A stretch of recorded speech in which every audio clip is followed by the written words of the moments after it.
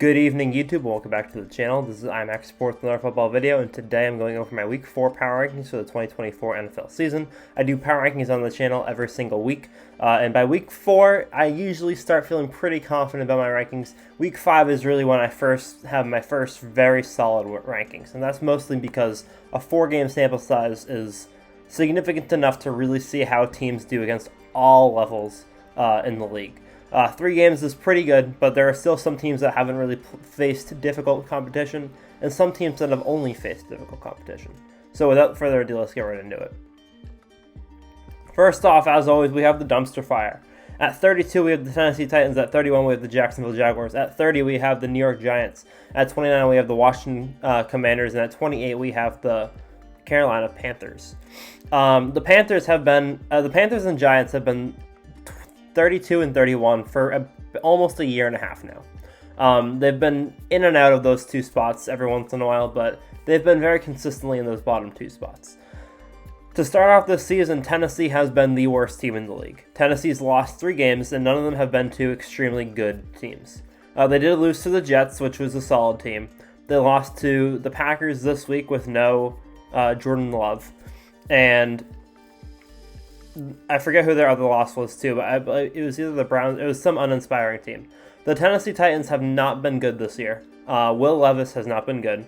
Tony Pollard has been the only positive aspect of their team, and Tony Pollard didn't even play it that great this week. Mostly he didn't get very many snaps, but Tony Pollard didn't have his best week ever. Tennessee needs to figure out something either on offense or on defense because neither is working right now. And the Titans are the worst team in the AFC South, which is arguably one of the worst divisions in the league this year. The Jaguars are at 31. They are also 0-2. And it's not a very impressive 0-2. They lost to the Dolphins when the Dolphins still had Tua. It was a close game. And then their second game of the season just was atrocious. Trevor Lawrence has not looked great. And the Jaguars were around 27 or 28 last week, but they dropped below the Giants, the Commanders, and the Panthers this week. Just simply, they haven't played yet, but they just dropped below them just simply because the Giants and Panthers moved up with their wins. The Commanders are staying above the Giants because the Commanders did beat them head-to-head. Normally, I don't put too much stock into head-to-head matchups, but it is 3 weeks into the season, and neither of these teams are very good. So the Commanders did get to stay above the Giants for this week. The Giants, for the second week in a row, scored more touchdowns than their opponent, but this week they actually won. Last week they lost to the Commanders after scoring more touchdowns than their opponent. This week they were actually able to win their game against the Browns. Again, Browns not an inspiring team to beat this season, but Daniel Jones did play well. He played a solid game for the second week in a row, so I will give him credit. But overall, not a great start to the season for the Giants, and they don't look phenomenal. Washington has not played yet. I expect them to lose their game tomorrow. And then the Panthers are at number 28. The Panthers had a phenomenal win this week against against the Raiders.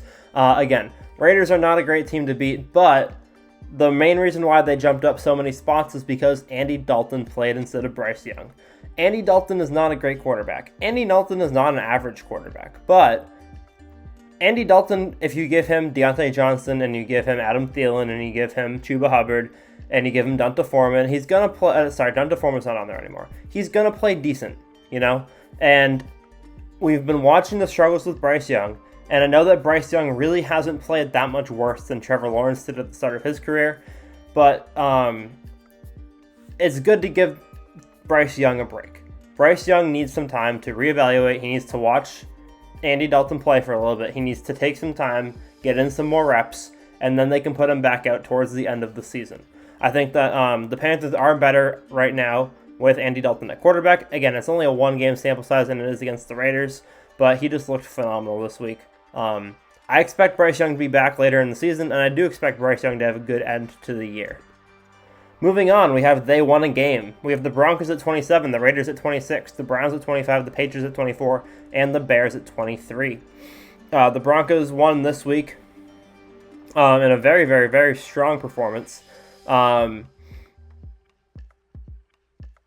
am blanking on their opponent, but they demolished the Tampa Bay Buccaneers. But their other 2 games were just atrocious. They couldn't move the ball at all. Somehow this week they were able to, and they made Baker Mayfield, the second coming of Phillip Rivers, look like Baker Mayfield who got fired from the Browns.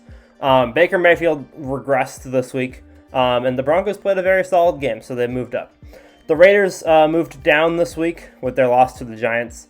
With their loss to the Panthers, and the Browns moved down with their loss to the Giants. The Patriots lost to the Jets, but I kept the Patriots above the Browns and the Raiders simply because the Patriots they've had the hardest schedule out of these 5 teams. All of these teams are 1-2. The Patriots have done, in my opinion, the best with the schedule that they've been given. They almost beat the Seahawks. They beat the Bengals. The Seahawks are one of the better teams in the league so far this year. The Bengals are going to be a solid team this year. And then they lost to a formidable opponent in the Jets. As for the Bears, Caleb Williams is looking better, but they still haven't been able to get a win like they did in Week 1. Week 1, they got a win with Caleb Williams looking horrendous. And then since then, Caleb Williams has looked better every single week, but they still can't manage to get that second win. This week, they lost against the Colts. The Colts are not a phenomenal team, but they weren't able to beat the Colts. And so with that being said, I can't move the Bears up yet. I do think Caleb Williams is getting better. I do think the Bears are looking better, but they need to start winning games. Next, we have challenges. These are teams that can be good, but currently have challenges. We have the Dolphins at 22, we have the Colts at 21, and we have the Chargers at 20. The Dolphins and Colts are 1-2, the Chargers are 2-1. The Dolphins won their first game of the season with Tua Tagovailoa against the Jaguars. Since then, it has all been downhill. Tua did get injured last week, and then this week he was out completely, and the Dolphins got destroyed. The Dolphins are not going to be the same team without Tua. Skylar Thompson is not the answer. They need to find another solution soon. If they don't find another solution soon, they will not be making the playoffs, and they honestly would be better off tanking at this point. Skylar Thompson is horrendous. He's terrible. He's one of the worst quarterbacks, if not the worst quarterback in the league. The Colts won this week against the Bears. The Colts are actually looking somewhat decent. They looked terrible last week. Anthony Richardson has not looked great the past couple of weeks, but he looked good against the Texans week 1, and he has shown some promise. Anthony Richardson just needs to get a little bit of consistency.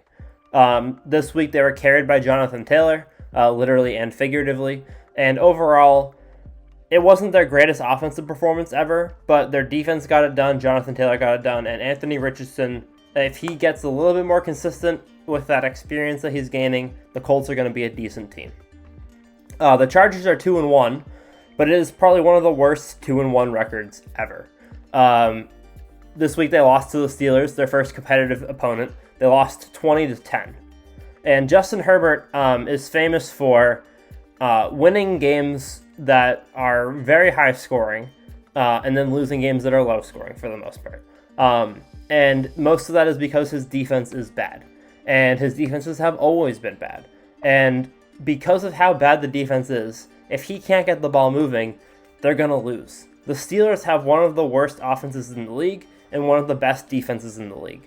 And today, the Chargers defense made the Steelers offense look above average. The Steelers scored 20 points, the Chargers scored 10.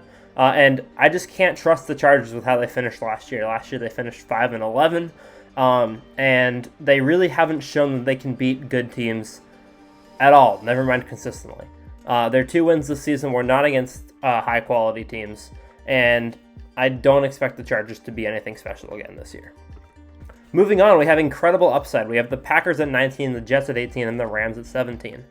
Ignore the order in this one. I don't know how to order these 3 teams. Focus more on the tier. The Packers don't have their quarterback. The Packers are playing Malik Willis, who is playing well. Malik Willis is playing well. He is serviceable. They're 2-1. They had a solid game last week, and then this week they were able to get a win. The Jets are playing decent.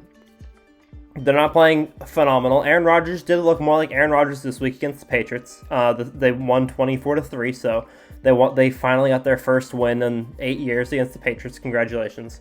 But the Jets have looked decent. They're 2-1, but they really haven't played anybody. At least week 1, they lost to the 49ers. The 49ers are not turning out to be the same team as they were last year, or not so far, not this season. And their 2 wins were against pretty sad teams like the Patriots. The Jets, I need to see more from them before they can move up. They need to beat some good teams, and they need to play significantly better. The Patriots and the Titans are not teams that are going to put you in the top 10. And then the Rams are at 17. The Rams started off week 1 solid with a good game against the Lions. Then they got destroyed by the Cardinals in a bloodbath of a game. 41-10, I believe the score was. And the Rams offense did not look great through week 2. Week 3 comes along this week, and they beat the 49ers. Kyren Williams went on another tear like he did last year. Kyren Williams looked like the Kyren Williams of last year in the playoffs against the Lions, And this Rams offense looked like the Rams offense. So I'm excited to see what this Rams team does this year. They're 1-2 right now, but I can see them being much better. Moving on, we have Kirk Cousins. At number 16, we have Kirk Cousins. At number 15, we have Kirk Cousins. And at number 14, we have Kirk Cousins. Kirk Cousins is the quarterback of the Falcons for the season. The Falcons are 1-2. And they won last week against the Eagles, 22-21. This week they played a very competitive game against the Chiefs. And then in week 1, they lost to the Steelers, who are a very strong team this year. There is an argument to be made for the Falcons to be above both the Cowboys and the Cardinals. And actually now, in hindsight, I believe I probably should put them above both the Cowboys and the Cardinals. Again, with the tiers, it's very hard to... the tiers are more as a guide. I think that these 3 teams are about equivalent. They've all had very hard schedules. The Cardinals have lost to the Bills, and then they lost this week against another tough team, and their win is against the Rams, who are strong. The Cowboys have lost to the Ravens and the Saints, and they have a win against the Browns, who aren't as strong. And then again, the Falcons, they've lost to the Steelers and the Chiefs, and they beat the Eagles. So all these teams have just played juggernauts of schedules so far to be 1-2. And I think they all have potential to be strong, but they're all playing like a Kirk Cousins-led team, where they're going to have a lot of offense, their defense is going to be bad, and you just need to hope for the best most games. And that's kind of how it's gone for all 3 of these teams so far. The offense has been good, the defense hasn't been great, and you're just kind of hoping for the best. And the Cowboys theoretically should have the best team here, but they're not playing the best right now. Moving on, we have probably playoff teams. We have the Bengals at 13. We have the Buccaneers at 12. We have the 49ers at 11, shockingly. We have the Seahawks at 10, and we have the Baltimore Ravens at 9. The Bengals have not moved from last week. They're still 0-2. They still haven't played yet this week. I do expect them to win this week, and if they do win, they would move up to number 12 above Tampa Bay. Not a whole lot's going to change there. Tampa Bay is 2-1. They had a solid start to the season, and then this week they lost to the Broncos for 34-7 or whatever. Baker Mayfield, again, like I've mentioned in every video, looked like the second coming of Phillip Rivers for 2 weeks, which is what he does every year, and then he went back to looking like Baker Mayfield. They got demolished by the Broncos, one of the worst teams in the league, and they do look promising. I do think that the Buccaneers are going to have a solid season. The Baker Mayfield-Chris Godwin combination is very strong. Those two love each other. They're best buddies. And their connection is very good. And I do think that the Buccaneers are going to have a strong offense. They just need to not have these hiccup weeks if they want to make the playoffs, especially with the Saints playing the way they're playing. The 49ers that are at 11. The 49ers are 1-2. Their only win is against the Jets. And the Jets have not been particularly impressive this year. So solid win for the 49ers against the Jets. But with that being said, it was a week 1 win. And then since then, they lost to the Rams and they lost to the Vikings. The Rams are a solid team. The Vikings are a very strong team. But this is not the 49ers we're used to seeing. They're making mistakes towards the end of games. They're losing close games, which is what has hurt them in the playoffs recently. And it's not a good trend to be seeing that in the regular season. Usually these 49ers teams are so dominant that they blow through the regular season, and then they do this in the playoffs. They're doing it in the regular season against normal teams. So I'm not too thrilled with how they've started their year. The Seahawks are 3-0. They are the lowest ranked 3-0 team, and that's simply because they have not played a single decent opponent. They played the Skylar Thompson Dolphins, they played the Patriots, and they played Carolina or somebody. I don't know. They've played the easiest schedule in the league. It's not even been close. They're 3-0. It's not the best 3-0 ever, but they are 3-0, so they deserve a top 10 spot. Geno Smith has played decent, and the Seahawks will most definitely be making the playoffs with the schedule they have this year. As for the Ravens at number 9, they are 1-2. They started 0-2. They won this week in their game against the Cowboys. Last week they had lost a very close game to Kansas City, and then in week 1, they lost last week to the Raiders in a surprising game, and lost week 1 to Kansas City. The Raiders game was really, I think, a fluke. The offenses looked good. Derrick Henry's looked good. They've looked good on all cylinders. And if they didn't lose to the Raiders, this would be a very expected start to the season. They lost to Kansas City in a close game. They won this week against a strong team in the Cowboys. And the Raiders game, I believe, is just a fluke, but it does bring them down a couple notches to number 9. Moving on, we have the strong contenders. We have the Saints at 8, we have the Steelers at 7, we have the Lions at 6, the Texans at 5, and the Eagles at 4. The Saints have had a very strong start to the season. They did lose this week to the Eagles in an unexpected loss, but it wasn't surprising. And then they had 2 very strong wins to start off the year. They demolished the Panthers. They took their soul. And then in week 2, they had a strong win against the Cowboys. They dominated them on both the offensive and defensive sides of the ball. This week, the offense wasn't clicking as well as it has week 1 and 2, but the defense was still very strong against the formidable Eagles offense, and they held them to only 15 points. I was expecting more from the offense, but Kamara did his job. Derek Carr just needed a little bit more oomph. And there's a couple plays that did get away from them where they would have been able to convert and win the game. That being said, it was a solid game by both teams, and the Saints are a top 10 team. Moving on, we have the Steelers at number 7. The Steelers are 3-0, and it's not the easiest 3-0 schedule ever. It's not as easy as the Seahawks, but it's not also the world's hardest. They've beaten the Chargers, they've beaten the Falcons. Those are 2 solid teams, and then they beat the Broncos, which are not a great team. But they were good enough this week to get a very strong win. Against the Buccaneers. That being said, it's a solid 3-0, and it's been mostly held on their defense. Their defense has been smothering. Their defense has taken prisoners. Their defense has been just all over the place. Their offense has been okay. Justin Fields has been decent. This week was Justin Fields' best week of the season, in my opinion. But there's still a ways to go for the offense to really start clicking. 20 points against the Chargers defense is not really a top caliber offense. So the Steelers do still have a bottom 10 offense, in my opinion, but it's improving, and hopefully either Justin Fields can start clicking with the offense better, or Russell Wilson comes back from his injury. At number 6, we have the Lions. The Lions played a solid game this week. They did beat the Cardinals, but the offense just still doesn't look the same as it did last year. Week 1, they were able to beat the Rams. It was kind of a sad game on both sides. I think that I was expecting more from both teams, even though it was week 1. Both offenses didn't look great. Last week, they lost to the Buccaneers. The Buccaneers did look like a strong team. They still do look like a strong team, and it was a close game, but their offense still wasn't clicking. This week, they're against the Cardinals, and it was mostly a defensive win. The Cardinals couldn't move the ball. They only scored 13 points, and the Lions' offense was still just a decent offense. They haven't really shown me what they had last year. I'm still waiting to see that come back. The Texans this week got destroyed. They got thoroughly demolished and by the Vikings. And other than that, they played well this year. That being said, they haven't been a top team. They're number 5 simply because there's no other team to put in the top 5. I'm a big CJ Stroud guy. I will ride and die for CJ Stroud. I think that CJ Stroud is the future. I think that CJ Stroud is going to be a phenomenal quarterback. I don't think that one bad week against a strong Vikings team is going to be the end of the world. But I do think that it's kind of a wake-up call, like, hey, you've kind of been surviving these first 2 wins. They haven't been dominant wins.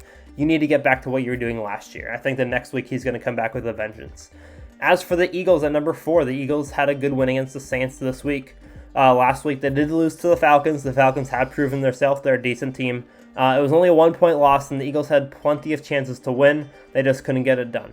So I think 4 is a fair spot for them.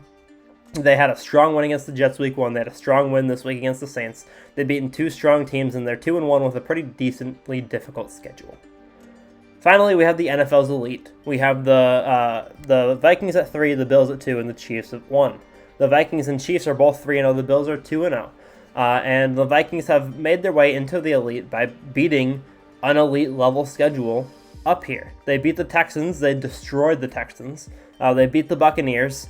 And they had another strong win along the way. I forget exactly which team it was. But Sam Darnold has looked phenomenal. He's looked, again, like I mentioned, like the second coming of Phillip Rivers.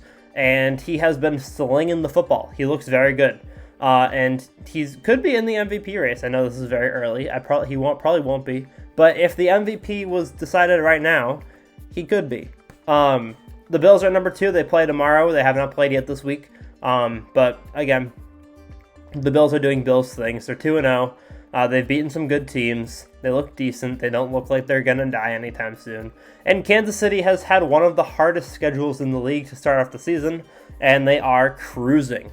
They beat the Ravens week 1 in a close game. They beat the Bengals week 2 in a close game, and they beat the Falcons week 3 in a close game, but they did win all of those games. There were some controversial calls. The Ravens game, there was way too many chances for the Ravens to win that one. Last week against the Bengals, there was a number of controversial calls, but they are undefeated. They are the defending Super Bowl champions, and they must stay at number 1 until otherwise is true. So, thank you guys for watching. I hope you guys enjoyed. Make sure to leave a like and subscribe to the channel if you're new. I will see you guys all in the next one. Peace.